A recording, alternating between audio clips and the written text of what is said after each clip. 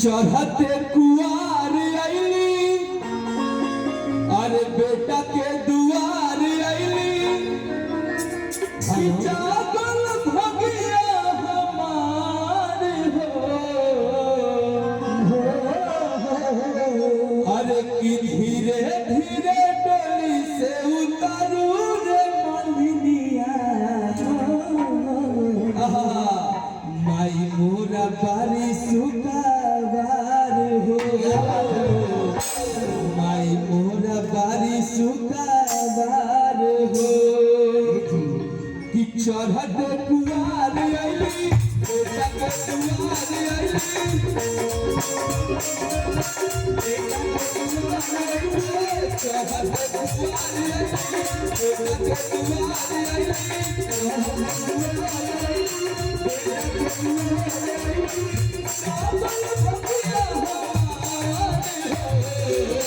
धीरे धीरे से उतारू रे मलिनिया मोरा बारी सुकाबार हो मोरा बारी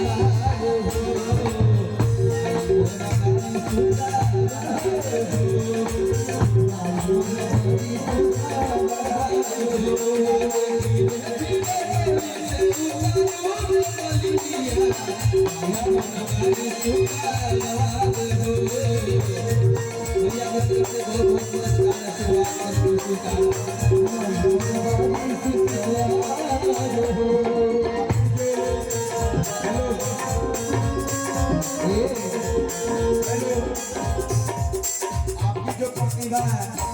इसका कोई मोहताज नहीं हो सकता। शायद सरस्वती आपके लफ्ज और जुबान पे बसी हुई है और मैं आपका इस वाणी के लिए स्वागत करता हूँ। बहुत बहुत धन्यवाद भैया अपन मधुर वचन से गाय के आशीर्वाद देवे खातिर संगे संगे चाचा के हमारा आशीर्वाद बा के हम कुछ गावत बजावत बानी या बात सब ऊपर वाला कृपा बा और और आशीर्वाद हम लड़के रहे कहीं को पिताजी हमने के संगे बैठी जा भैया बजाई उधर बैठल नहीं आज कहीं पीछे बैठल नहीं हमने के चौकी पर बैठा दी कि धीरे धीरे डोली से उतारू रे मलिनिया मैया जितना सुखवा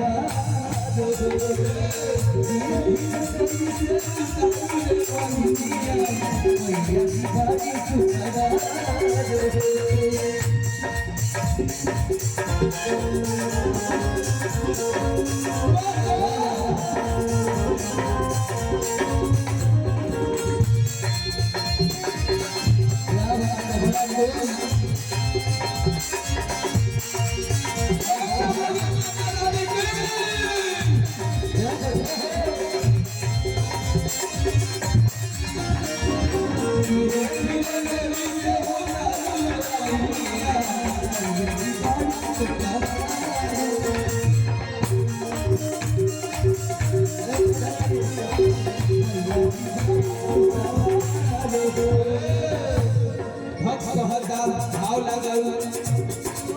साल भपया बारी हमनी के देखिए जी एक मिनट रुक भोजपुरी में मूरी में चुड़की के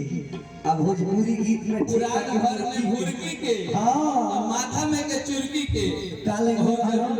ए लय रहल बा कि साल भपयाइल बारी हमनी के गावे और बना कैसे इस साल